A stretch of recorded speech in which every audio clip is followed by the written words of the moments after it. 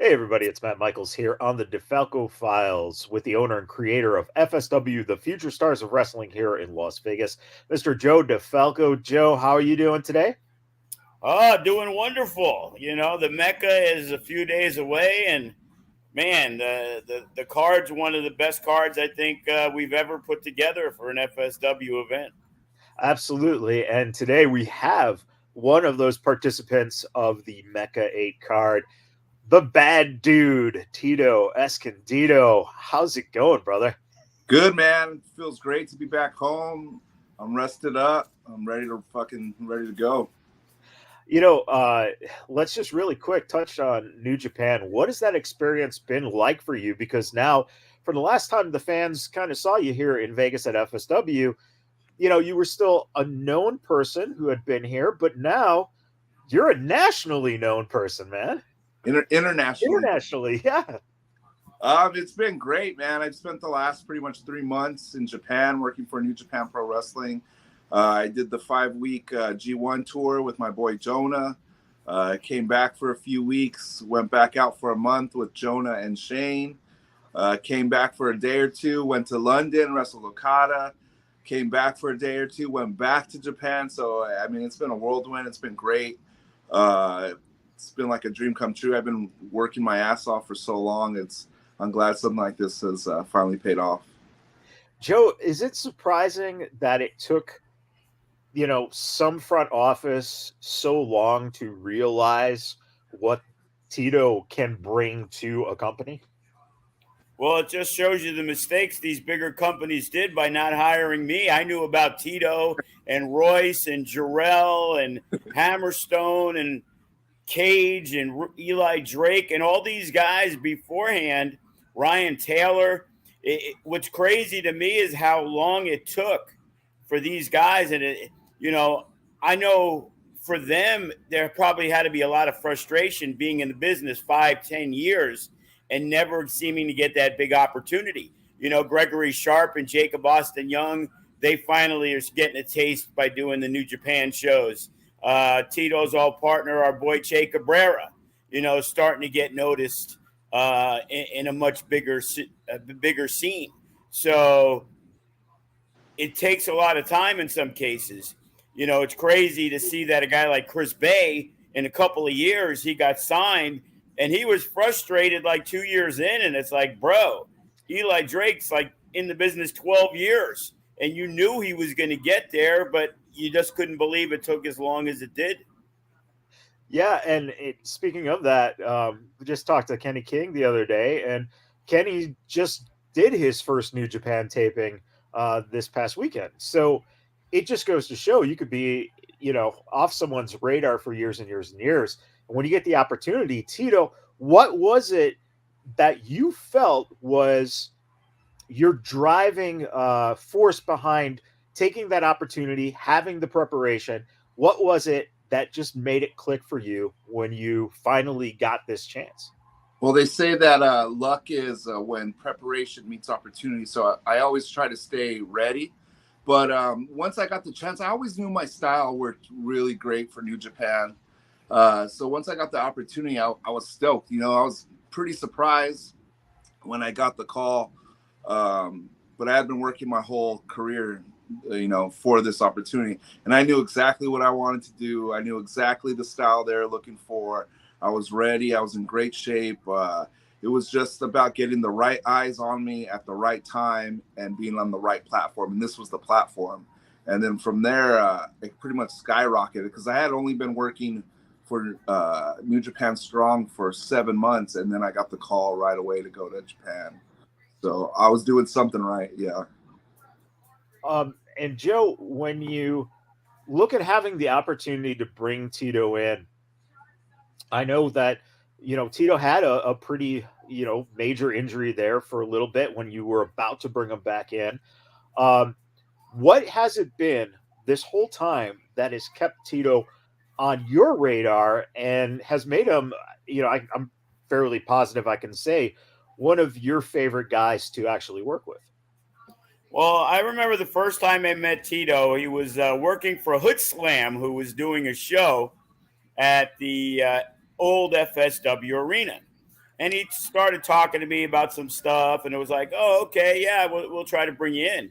And in reality, Tito was kind of the catalyst for all the really good Santino guys that came in. You know, they brought in, you know, we had Ray Rosas a little bit, but talking with Tito, and then Tito brought in Che, and then they brought in Eli, and they brought in Douglas James. And it was like the list goes on, and these guys were really, really talented. They went out of their way to put over people, but they never put over guys that sucked. So it was like, how do you not listen to a guy who keeps bringing you talent that's going to come in very inexpensive? They want to prove their worth. And in bringing in Tito, he was a guy that I liked a lot. And then I liked Che a lot. And when we had them, then we didn't have him. Then we had him again. And actually, the injury, he was working for us for a good amount of time. He came back. He pinned Graves in a match. And we were really getting ready to set up him and Hammerstone. And in the meantime, we had brought him back. We did the Natural Born Killers show. And we know Tito because he was doing the blood sport. So he was able to fit in a lot of different molds. So he was a guy that we planned on utilizing, and then he punctured his lung, I believe. Is that what happened? So I caught COVID, and then from there, my lung collapsed. The whole thing collapsed. That's right. And then I thought it would be a lot, you know, I thought I'd be able to recover a lot quicker, and it just took way too long, and I couldn't do it. I think at the Natural Born Killers, I still wasn't recovered, but I tried to like do it. And that's, as a wrestler, you're like, oh, I'm injured, but I'm still going to wrestle. I'm still going to perform. And I was like, all right, I could do this, but I was not ready. So I had to take off time. That's what pretty much stopped me from going back to FSW after that. I took some time to recover and heal up. And then from there, it was just like dates, you know. But yeah, it was collapsed lung. No fun.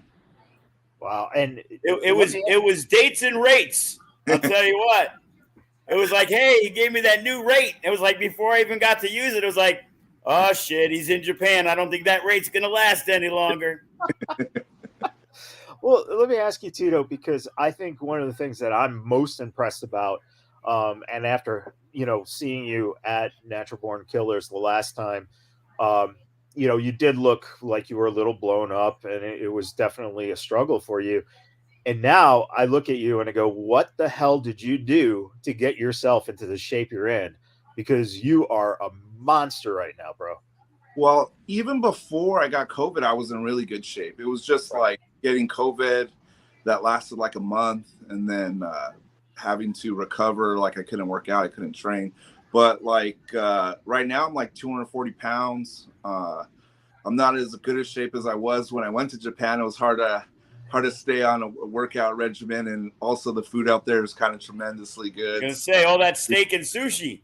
Yeah, but you know, I hit the gym, I hit the weights like 5-6 times a week. I'm on the mats doing jiu-jitsu like 2 or 3, 4 times a week.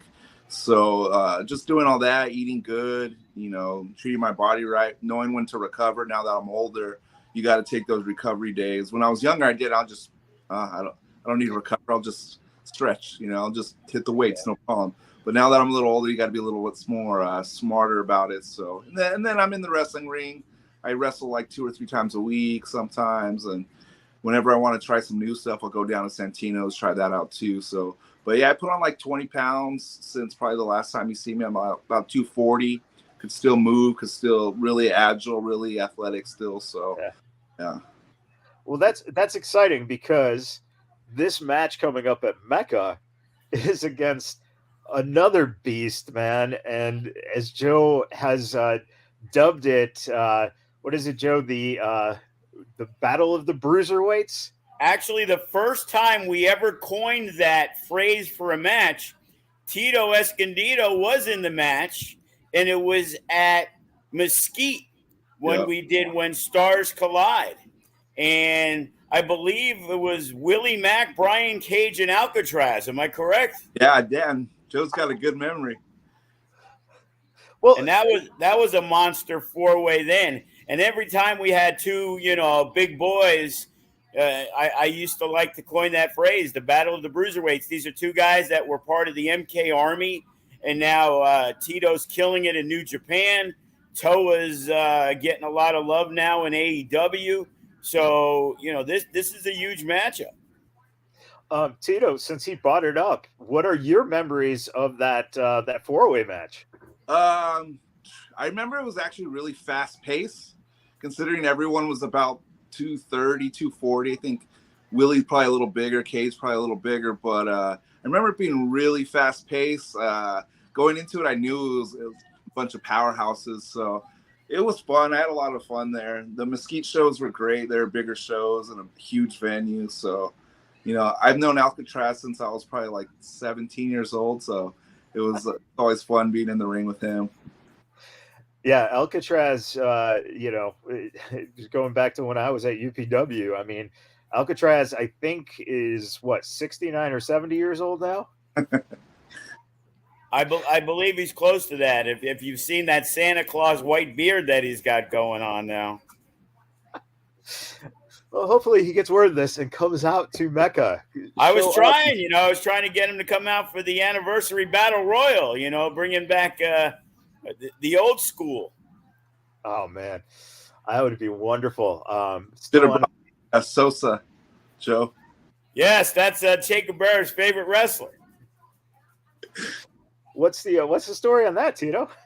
I've never met him. I just know Joe and Che love some Sosa. Joe? He was a guy who trained with us for a little while. We did an angle with Rush, and Rush was like this amateur wrestler, and it was kind of like an Andy Kaufman type thing. So we set up an angle where Sosa's girlfriend came out, and Rush was like manhandling her, and Sosa came in to make the save. And, Rush beat the fuck out of him. So then he was feuding with J Cash, one of Tito's old nemesis, when the haters wrestled the Pistoleros, as Tito and Che were known back in the day. And Sosa, we filmed stuff, and he was training to wrestle because he wanted revenge on Rush. And before he had a match, we did J Cash versus Rush.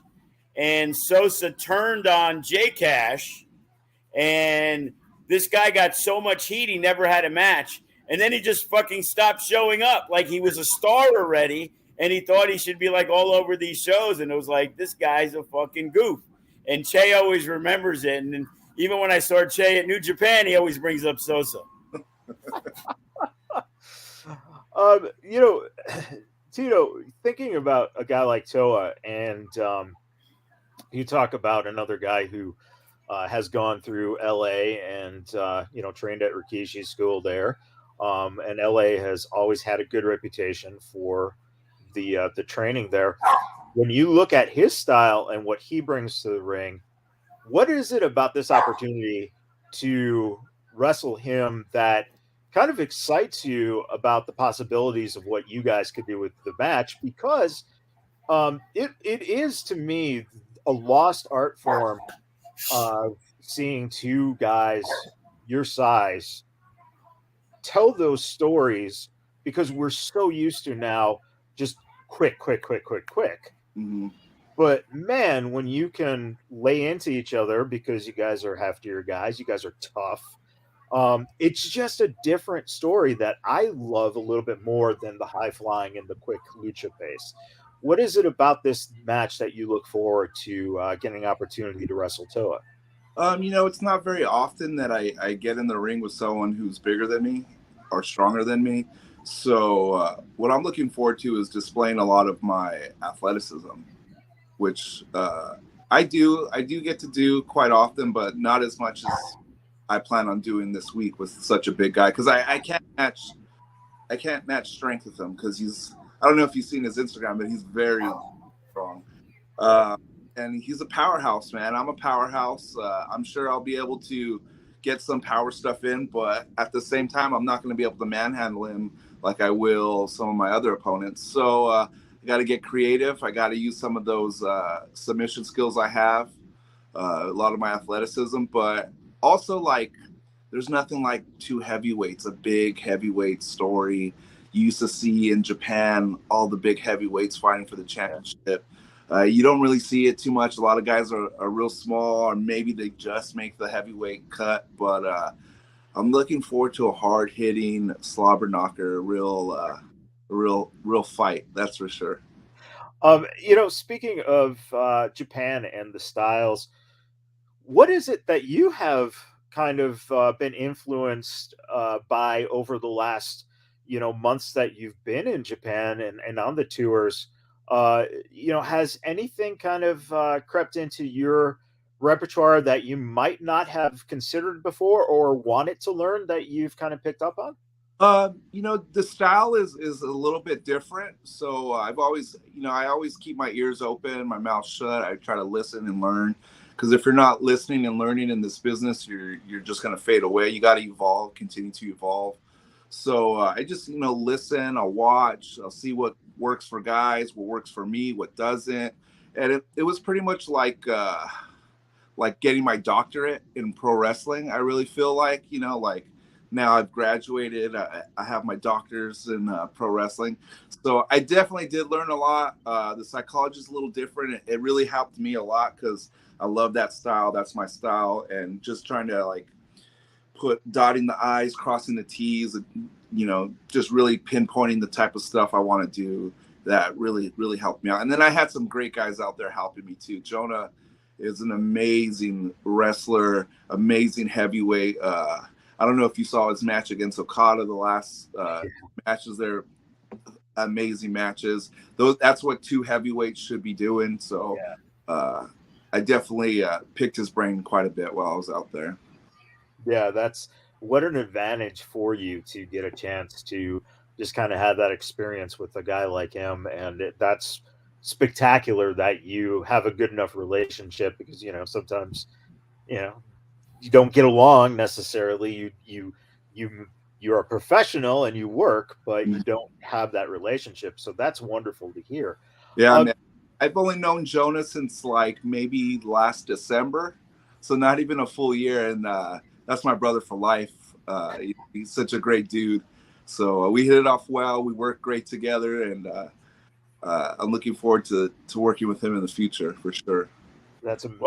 Well, tell him to tell him to give me the Tito rate. I'll bring him in. We can have new tag team champions. I don't know. I'll have to talk to him about that, Joe. We'll see. Maybe the Jonah rate. How about that? Say that again. Maybe I'll get the Jonah rate. Oh, whoa. Hang on there. Just all you have to do, Tito, is just let Jonah know that he stays at the Casa DeFalco. Okay. There you go. Done. Free protein house. That's like that's the thing all you guys like. Like Royce and Jarrell were like, oh, yeah, you got to get me protein house. It's like, dude, I have to pay you 3 times what I used to pay you. What's going on? Yeah. Joe, when you thought about putting together this MECCA, what was it that led you to coming up with this pairing? Did you know that you're going to have either guy? Did it hit you? Maybe I should work on getting these two so I can put them against each other. How did this process come together for this match? Well, in all honesty, what I did was contact the people that I kind of wanted to have on the show. And, Tito's a guy. We try to have him. Last couple of months, it was New Japan was running. And it seemed like every Sunday, the anniversary show. So there was guys that we were looking to use, a Danny Limelight, a Bateman, the 1% guys, and Tito. And then all of a sudden, New Japan's running that Sunday. And then the next time it was, New Japan's running that Sunday. I remember I was talking with Tito, and he was going to be back in Japan. So we were trying to use him for the show before. Or he was getting back, I think, the day before or something. But then New Japan in the U.S. was running. So it was like it just didn't work. And then fortunately for us, New Japan ran this past weekend. So I know for Against All Odds on November 20th, these guys will be working New Japan again. So I have we do our Rumble. You know, how good would the Rumble be? You know, we got guys like Davey Richards, Carlito, Toa, and we were looking to have like Tito, Che, and Bateman, and more of those guys, but also Sharp and Jacob Boston Young. They're unavailable to us because they're all doing the LA shows. So I contacted the people who, you know, I was looking to get. And recently, Royce and Jarrell reached out that they were interested in doing some stuff.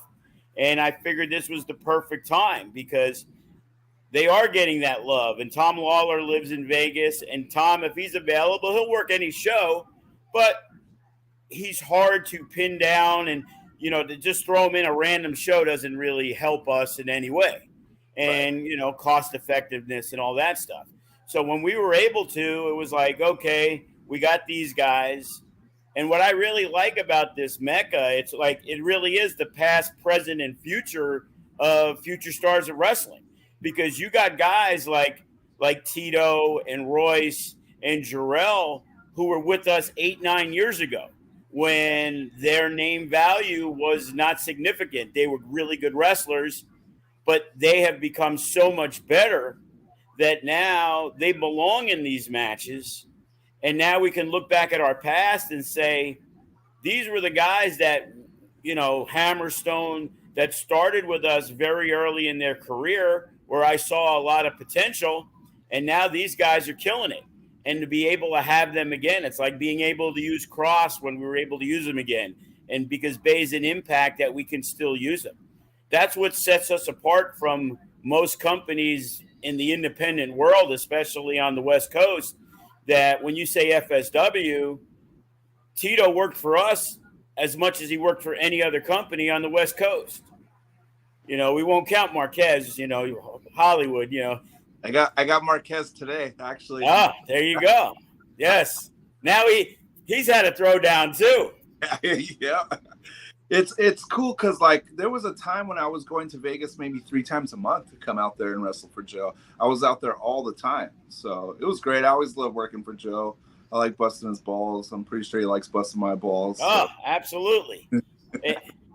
and that's the thing with FSW. If you look at the core roster of guys, we kind of weeded out the guys that were kind of douches and people didn't like. And that locker room was a really good locker room. They knew whether it was the Reno Scum or Tito and Che, they understood that pay wasn't great, but in most cases, they were going to get to work really good people. And there was a really good crowd at Sam's Town and the Silverton where you're going to wrestle in front of 400, 500, 700 people. So the value had nothing to do with the money. It had to do with the camaraderie and people that when you wanted to have a good card, and, you know, and a lot of times if Tito was on a show, for example, somewhere in California, Tito probably could count 2 or 3 guys, if they were lucky, that were as good as his level. He goes to an FSW show, there's 12, 14 guys that are like, these guys are as good as me. So no matter who you're going to work, it's going to be a good match in most cases. You know, let me ask you, Tito, about that. The idea of working a casino show when you're young and you're trying to grow in the business. And a lot of times, you know, LA, there's exceptions, but a lot of times in California, you're working some of these gym halls, you're working some of the VFW halls, you know, these small spaces, crowds of 20 to 40 people. And here you get an opportunity in Vegas to work big crowds. What is that difference for you as a young wrestler? And is there advice to guys who are coming up now in terms of what they should look for as a professional to get to the level where they can find opportunities where they could wrestle on shows that have crowds of 400, 500, 600 people? Definitely like the energy. There's definitely more energy in those crowds that have, you know, 700 people compared to 40, and you really feel it, and it could help you get through a match. It could, if you don't have the like strong mental capacity, it could bury you. So being able to hide your nerves, being able to make that work for you definitely prepares you for these bigger shows that I'm doing. But as far as younger guys, they just need to work as much as possible. If they could get to Joe in front of a big crowd, it's going to help them tremendously, because there's something special about those big shows, man, because it's a bit bigger platform. It helps you as a professional. A lot of it is nerves too. You got to channel your nerves, because it's like two sides of a fence. You could really elevate you, or it could just totally bury you. And I've seen it happen. I've seen guys who've wrestled for 15 years go and wrestle big shows, and they totally shit the bed. And maybe they weren't prepared because they weren't working for Joe in those 700 capacity crowds. There you go. I remember it was, you can look back, you go to that FSW network, and you could see Tito and Che against Hammerstone and Graves, the early days, the Gods of War, or they feuded with the Following, or even the Goofs, the BFFs with Dak Draper, who's now NWA, was a Ring of Honor guy, and Marty the Moth, and all these guys that were there years and years ago. I remember it just came up on the feed, the Silverton show where the ring broke. The rope broke, and I didn't remember it, but I saw the post. So Che Cabrera obviously broke the rope, and we had no top rope, I believe, for the entire rest of the show. It was like the last 3 matches, yeah. So Hammerstone wrestled Cross without a rope. I was just talking about that the other day, me and Che. Well, speaking of that, Tito, what are your memories like that you've, had over the years with Che? What does he mean to you in your life? That sounds sweet. That's my best friend, man. That's he's actually coming up to pick me up in an hour or so we could go hit the road and go wrestle for Marquez. But that's my boy. I love that guy to death. We've wrestled in Arizona for Joe, in Vegas for Joe, Mesquite, the road trips, the nightlife. That's my dog, man. If I could get him over to Japan, that's like the next goal for me and him. But that guy's my brother for life. I love that dude forever.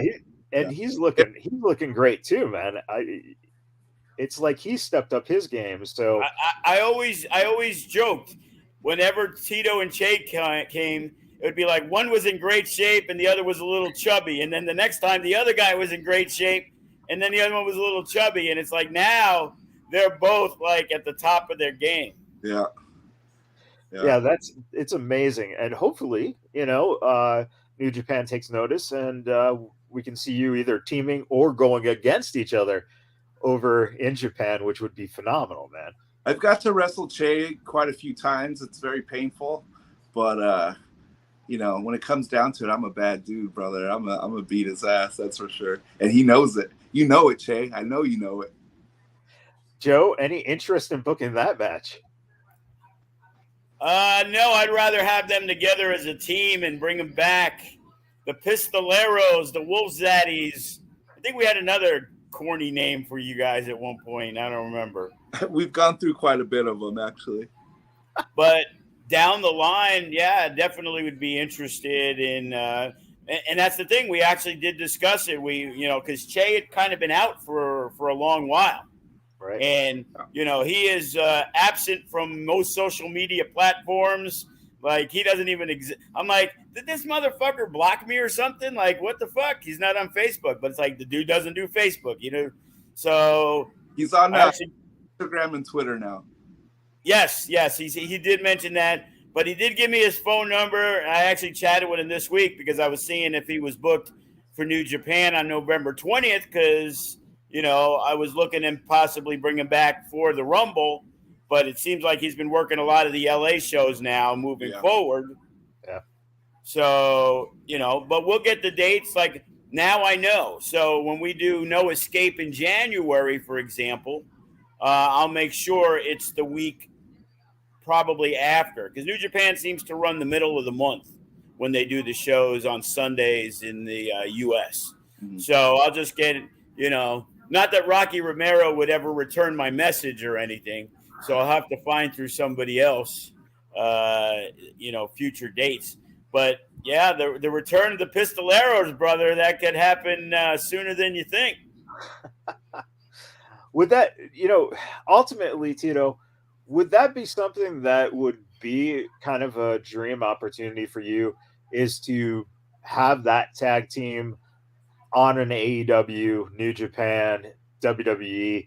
Would that be something that you couldn't think of anything better than, having that opportunity to? Yeah, I think that's definitely the dream, because I love tag team wrestling.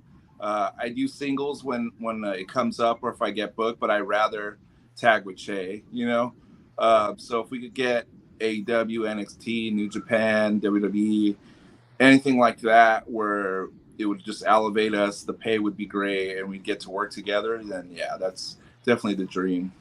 So I got one big question. I forgot. I haven't talked to you since, but did you guys fuck up the Suavecitos for me when you wrestled them? Oh, yeah. We didn't wrestle them. You were supposed to. No, they wrestled someone else. Ah. We did see them, though. It was quite entertaining. They came me and shook my hand like it was the first time meeting me. It was almost like wrestling. Like, you look at them and it was like, wow, if the Pistoleros were midgets, they would have been the Suavecitos. Yeah. It's like, they said, hey, Tito, nice to meet you. I said, well, what the fuck are you talking about? I've met you fucking like 5 times. Yeah, they're very humble outside of FSW for some weird reason. I said, oh, maybe Joe was right. I do got to beat your ass. Yeah, because I remember saying something to you about it, because I thought you were going to work them or something. No, we worked Doomfly. They were just on the card. We saw them there. Gotcha. Well, then I'll have to book it for the return match. Pistoleros return to wrestle the Suavecitos. Perfect. Yeah, if you really want to punish them, you don't tell the Suavecitos who their opponent is, and then just have those guys come out. Yeah, we tell them they're working Greatness and Tenacious instead. I know you got to get going, Tito, to make it over to the tapings. So as we wrap up with you, let me just ask you, what do the fans in Vegas mean to you in terms of their support for you over the years? To be honest, I don't give a shit, man. They've never really liked me there. I have a few here and there, but they could give a shit about me. They're more of the hometown guys. They want the hometown guys to go over on me, so they could eat it for all I give a shit. The only time, there was 2 times Tito kind of was over, like where the fans really like got behind him. One time was at the Natural Born Killer show when he kicked the shit out of Calder McCall. Like, the crowd was like, probably had never seen Tito do a lot of the stuff he did, and they were digging it. And the other time was when we had to destroy Rocky and his crew. And, of course, Tito and Che were part of Team Joe. Yeah. Oh, yeah. Team Joe forever. Was Cross the other guy? Oh, shit. I don't remember. Your memory's probably better than mine. But, yeah, so it was Team Joe against Team Rocky. We fucking smashed them. There's a few fans out there that are really kind, and I appreciate them, and they're very supportive. I always appreciate that. But I bet he has a lot more on Sunday. Oh, Tito, we've loved you for so long. Oh, yeah, definitely noticed that since coming back. Can I get a free picture with you at the meet and greet? Yeah, I'm gonna charge double. Man, it's always great to talk to you. It's always great to see you wrestle. And I think above anything else right now, it's just wonderful to see you having this type of success. And it just shows that in this business, if you are a humble, good person who, like you said, is willing to keep the mouth shut and listen, and you just pursue it, eventually good things do, pay off. And you have become one of the best examples of what people should look to do in their careers to become the type of wrestler that you've become, man. And it's just amazing to see you have this success. Appreciate that, man. Thank you very much. You know, the only guy that I know more humble than Tito is probably Danny Limelight, you know? I'm just a humble servant. Humble servant wrestling. All right, Tito, I'm gonna let you go so you can get on your way. And All right. Joe, we're gonna talk here for just a little bit more. I'm gonna remove you here, Tito, and then you can take off. And man, appreciate it again. Thanks a lot, guys. I'll see you Sunday. See you later. Right. See you then. All right, Joe. So that is going to be a pretty damn good match. Very excited about that one. And we have a huge card that you've got going on. Like you said, this is probably one of the best cards you've ever booked. When you look at the main event, you look at Bay, Cage, and Hammerstone. What is it that you're looking forward to? Because these guys know each other fairly well. Cage and Bay are not. I mean, we haven't seen much of those two, right? They haven't really intersected. They were in the three-way for the MECCA Grand Championship. Were the they? First one. The first when one. John Morrison, it was John Morrison, Brian Cage, and Chris Bay. And that was Chris Bay's coming out party. Those guys made Chris Bay look like a star. Yeah, that's right. So now when you have this mix with Hammerstone, Bay, and Cage, and it's a ladder match, man, do you expect that these guys are just going to do something that will be memorable for the fans, and maybe even, you know, one of those moments where you see one of the crowning moments of FSW, where this is a match that will be talked about for a long time? Well, we're definitely hoping it will be. You got the FSW heavyweight champion in the match, Hammerstone. You got Chris Bay, who's won almost every championship in FSW. You got Brian Cage, who's a nationally known superstar, who's a former FSW heavyweight champion that won the title in a TLC match against maybe the greatest TLC guy of all time, next to his brother, Matt Hardy. So, and every time you see a Brian Cage match, most of the time you're looking at perhaps the match of the night. The three-way they had for the MECCA Grand Championship was the match of the night. When the MECCA was called When Stars Collide, Brian Cage, Sami Callihan, and Keith Lee. Another three-way was the match of the night.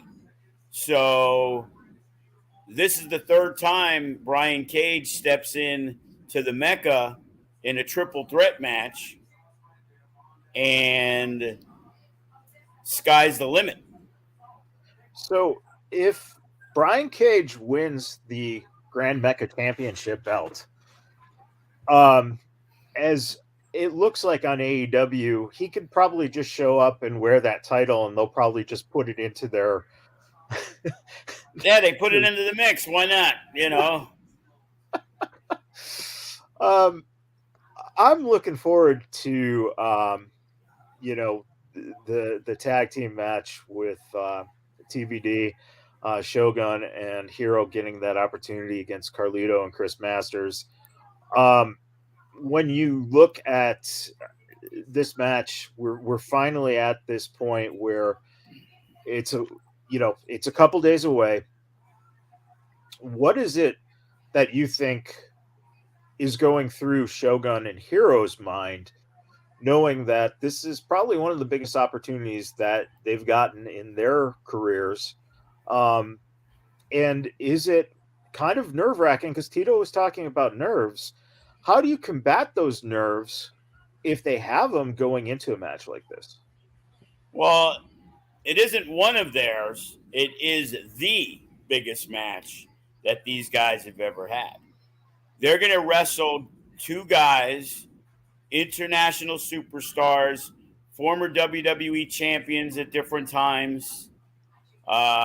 Chris Masters in the best shape of his life.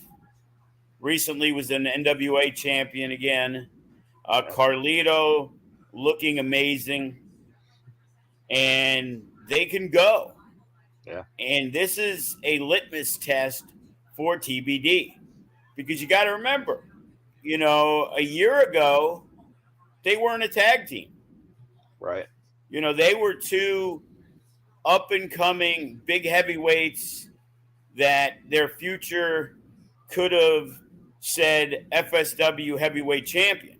And it still can, and it may down the line. So when I put Hammerstone in with with Sami Callihan at one of the Meccas, it was for me. It was also for Hammerstone, but it was for me to see if he was as good as I believed he was, but he hadn't worked that competition.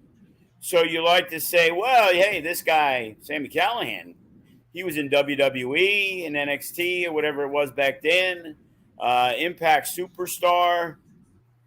How good is Hammerstone, and could he hang with that guy? And flying colors. Hammerstone proved he was as good as a national level wrestler. Then he wrestled Moose, big guy, big boy, and he was able to manhandle Moose. And now Shogun, who has gotten very confident, not that he never was, that was always Hero that seemed to be lacking that confidence and the energy level. And that's why I've kind of put them together. I felt Hero could rise because the stuff he was lacking in didn't make him main event ready. Right. But now, if that was the main event of any show, there would be no qualms with that whatsoever. It's going to be the semi-main, but the confidence level that TBD has gotten each time they've gone out there and wrestled, this is their opportunity. 6 months ago, I'm not sure I would have wanted to put that match together. But they've been together. They're friends. They work out together. So there's that natural camaraderie between them already. It's similar to the 1%, Royce and Jarrell, the Wrecking Crew now. They were guys, we put them together, felt it would work, and all of a sudden they were training together, hanging out together, working together, tagging everywhere together.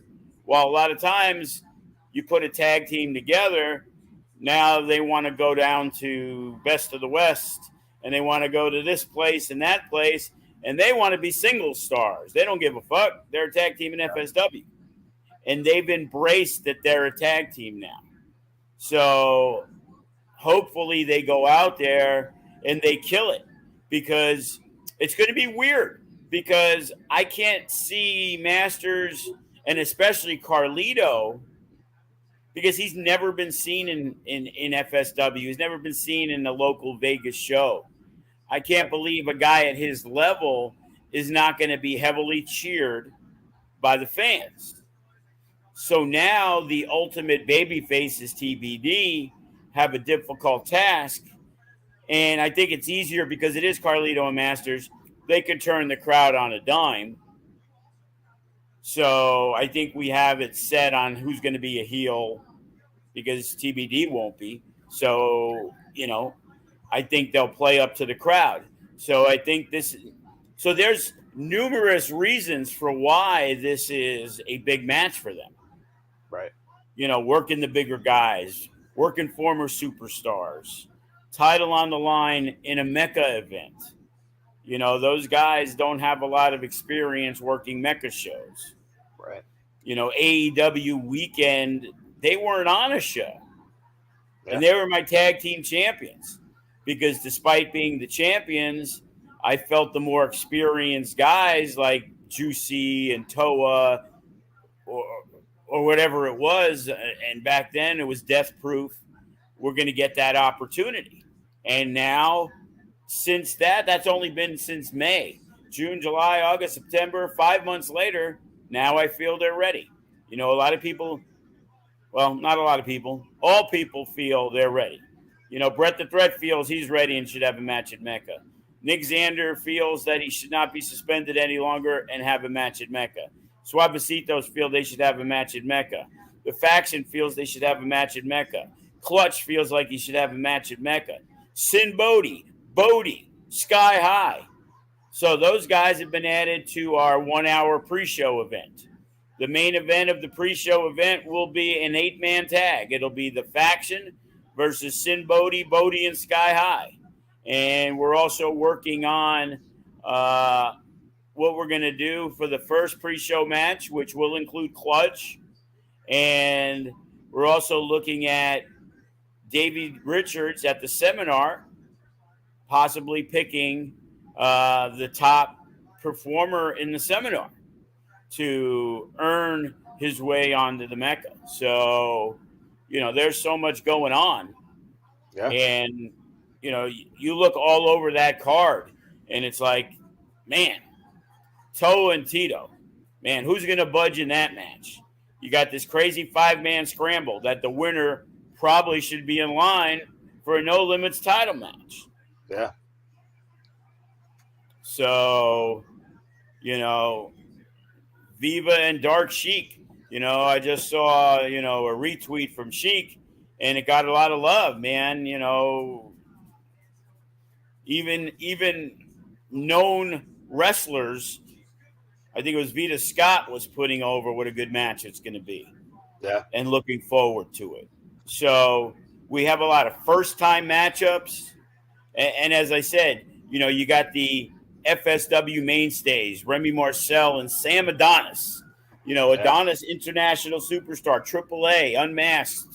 I don't even know. He recently unmasked somebody, which is a really big deal in Mexico. And Team Filthy against, we coined the phrase Team Violence. We just wanted to have a team name. A couple of people were goofing on it. But you can't, in all honesty, I wanted to use Violence Unlimited. That was Bateman and Funny Bones' team name 10 years ago. Yeah. But then when Bateman became in a group with Vincent and the other guy in Ring of Honor, they became Violence Unlimited. So even though Bateman's in the card, we probably could have, but it was like, we'll just say Team Filthy versus Team Violence. But you ain't going to get 3 more violent guys than Cody, Funny Bone, and Bateman.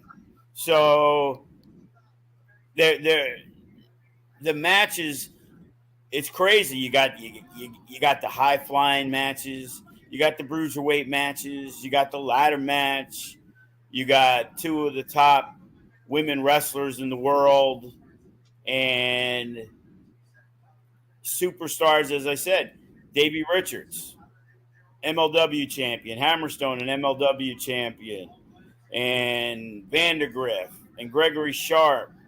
And then, Matt gets to wrestle Kenny King, I believe the first time ever. Sharp and Davey, they came off a time limit draw. That was really good. Now the Nevada State title's on the line.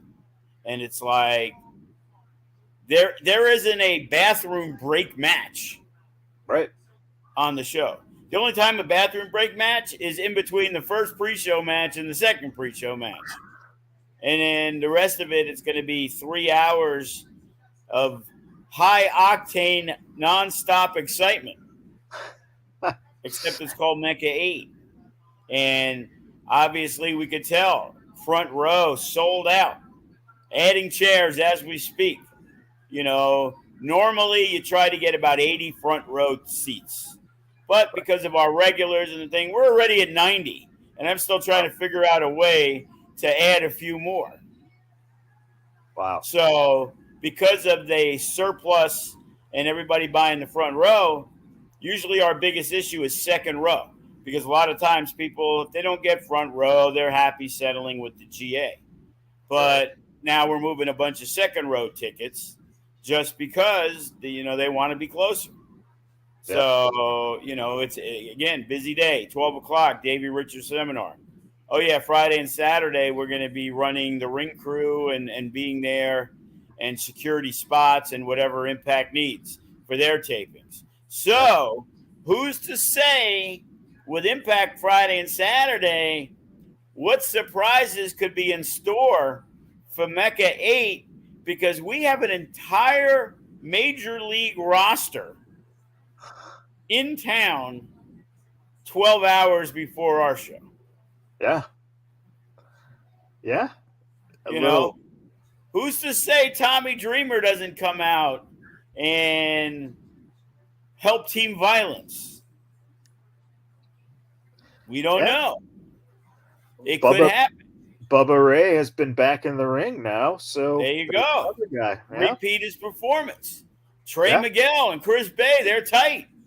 Who's to say Trey Miguel doesn't influence the match in the main event for the MECCA Grand Championship with Hammerstone and Brian Cage, who maybe has some enemies from when he was the Impact champion. That's true too, yeah.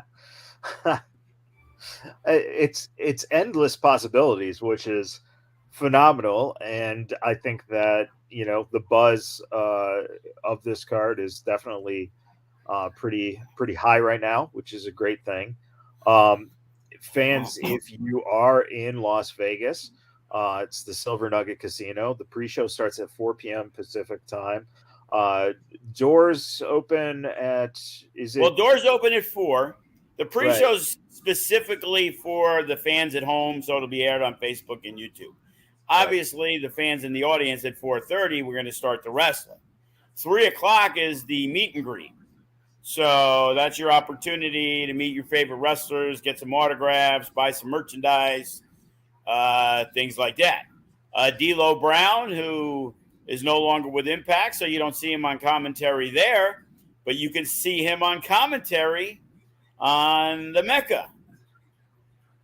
So he'll be joining Jake Black, one of my favorite dudes, on commentary. It gives Jake's so good, it gives me the opportunity to step back whenever we have a guy like D'Lo. Right. Because I've never been a guy. It's like, well, if I can find somebody at a good rate who's as good or better than me, I'm all for it. I got to run a show. And, a lot of guys would use the fact that I was on commentary to not be able to tell me things that they want to change and just do it and say, oh, I would have told you, but I couldn't get you away from commentary.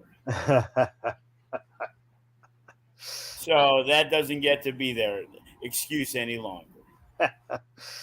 And D'Lo and Jake always just a phenomenal job. If you look at a lot of broadcast teams throughout the country on the independent level, got to say that Jake and D'Lo probably top 2. They're a fabulous team together. And you'll be able to see it on Fight TV if you're not in Las Vegas or you can't make it out. It'll be $14.99. It's available for purchase right now. Get that pre-purchase in. And good thing about Fight TV, of course, if you purchase the pay-per-view and you can't watch it live, you can watch it anytime. So that's always an advantage as well.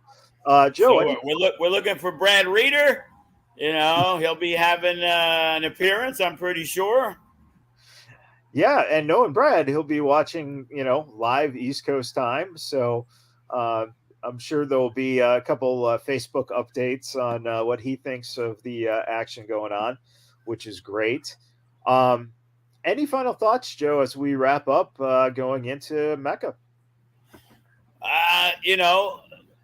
I'm just really, really excited about that event. We're going to be running a string of 3 events, and it's kind of lost in the shuffle that we have our big Halloween show. And we're going to have, even regardless of what happens in the pre-show match with Sin Bodie, and Sky High against the Faction, Bodie is going to wrestle Braxton one-on-one in a lumberjack match at the Halloween show. We got a performance of the returning Santana Jackson who'll be on hand. Your guys, maybe you can manage them for a night. The Suavecitos will be in action at the Halloween show. Remy Marcel will be on hand at the Halloween show.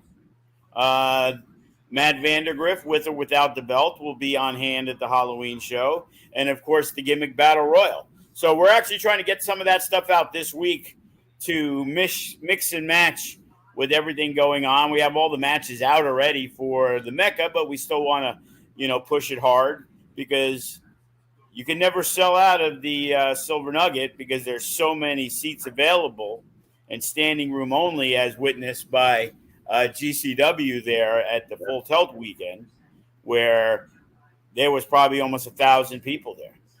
We'd like to get somewhere near that number, and that card is one of the best cards you're going to see in Vegas, bar none. Yeah. So, look forward to that. Future Shock in a couple weeks after that. And, you get to see some of the guys that you get to see on the Mecca. It's like I said, Lacey Ryan, Chris Bay, Killer Cross, all those guys made their debut on Future Shock. So, that's a great opportunity. And I believe Jacob Austin Young might actually be appearing on Future Shock also. We get some of those veterans that like to come in and work with the younger guys and help see where they're at. So that's a great showcase for the younger talent. Plus, the AZ crew, Arizona guys that we expect to be there, Blair Brody and Koa, as well as Devin Reno. So, and hoping for that return of class coming before the year. So, anticipating that. It's funny that can you believe that you've gone basically a whole year without class? It's like when you think of all the talent you have, and there's a major guy who's been gone all this time, and it's so hard to even think oh, that's right, we haven't seen him in a while. So well, it looks like we got a little something popping up here. Oh, look who made it. Look who made it. First of all, I don't understand why I didn't get an official invitation. 1. 2, Joe, shut your mouth. Leave the room while I talk to this man, Matt, right here. What's up, Matt? Right. What's up, Danny? I love you, Mr. Limelight. One of my favorites. Let's not get all sentimental and shit. I was just gonna give Danny some props. I've always talked about how when Sean Ricker, Eli Drake, LA Knight first came to FSW, we were enamored because he was so engaging on the microphone. And every time Danny sends a promo, and every time he's in the ring, he's that guy right now that you either love him or hate him. You either want to see him get his ass kicked or beat the shit out of somebody. So he's definitely a guy that we're looking forward to for a big 2023. Well, I appreciate the compliments, Joe DeFalco. How about you add a couple more zeros to the end of my paycheck? Now, if I'm here to talk about one thing, I'm here to talk about the Mecca. This Sunday, October 23rd. I'm already looking towards February. I don't even know why. Maybe because it's Valentine's Day, and I'm gonna be celebrating with some FSW gold and some roses and a beautiful woman in the bed. I don't know. I might just lay up with the belt with my beautiful woman over here with some roses. That's why I'm thinking February. But this Sunday, October 23rd, the Mecca, the No Limit Scramble match. About time, Joe, you do something right and give me a shot at a championship opportunity. And we got Damian Drake. We have Brandon Gatson. We have just another young boy, Jay, and Jordan Oasis, correct? Yes. Those are the 4 bozos I got to slap around the ring in Vegas? Those are the 4. Those are the 4. Okay. Yeah. Are they tuned in? Are they listening? I just want to talk to them real quick. Y'all might as well not even show up. Just go straight to the casino. What was it, Sam's Town? Silver Nugget. Where? Silver Nugget. The Silver Nugget. That's a stupid name for a hotel, Joe. Well, it's not a hotel. It's only a casino. That's a stupid name for a casino. Silver Nugget. They might as well just go to the casino and smoke cigarettes and drink alcohol and not show up. Let the ref count to 10. Hand me the number 1 contendership so I can go smack the shit out of Matt Vandergriff or whoever has the championship at the end of the night. So that way I can become No Limits champion, Joe. What took you so long to be smart and realize that you should be putting your money on Danny Limelight? Well, unfortunately, scheduling conflicts, you don't like to hear it, but, you're also a New Japan star. Right. And we ran 2 big shows against New Japan, and that's why we couldn't use you. This is true. This is true. All right, I'll give you the benefit of the doubt for once because you're Puerto Rican, Joe. I appreciate that. But Danny, let me ask you really quick. How are you going to overcome 4 guys? It's 4 guys against you, man. And I have the faith that you can do it. I want to see you as a No Limits champion. But the fans at FSW, they have their favorites, like a Damian Drake, who has been their guy forever. How do you overcome those 4 guys to then take on that No Limits champion down the line? Matt, I don't understand how you could sit here, look me in my face as a man, say you have faith in me, and then ask me how I'm going to do it. That kind of contradicts itself, don't you think? Journalism. Yeah, shut up. Journalism. This is a stupid career choice, by the way. Okay? Vegas Bad Boys Podcast. You should name it to Vegas Dumbass Podcast. Stupid questions like that. I don't care about fan favorites. Being a favorite of the fan doesn't make you more money. You know what I'm saying? Being loved by the fans doesn't win championships. All I care about is stepping into the ring and getting my hand raised at the end of the night. I don't care if the fans like me. I don't care if they boo me. I don't care if they throw money in the ring at the end of the match. I don't care if they throw pennies at me. I don't care if they throw screamers. All I care about is proving to everybody in Vegas once again that I am the most phenomenal wrestler that has stepped into FSW in a very long time. I'm the most entertaining. I'm the most charismatic. I'm the most boppiest. And I don't care if they like Damian Drake, if they like Jay, if they like Jordan. Who the hell is Jordan Oasis? He's a young up-and-comer? A young up-and-coming future stars of wrestling.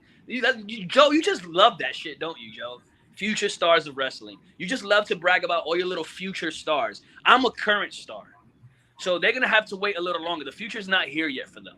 I'm walking in Sunday. I'm smacking the shit out of all 4 of them in front of whoever they bring to sit and cheer for them. And then I'm walking out champion however many months down the line. That's the bottom line. How am I going to do it? By doing what I do best. Talking my shit and backing it up. Does that answer your question, journalist Matt Michaels? I think it does. And Joe, are you ready to are you ready, Joe, to keep paying me all this money to come wrestle and be your champion? Not really, but I'm willing to. Okay. As long as you're willing to. And I know you're good for it. Got to do what you got to do. When is your son taking over? Because I'm sick and tired of seeing your face, Joe. Oh, that'll be a great time.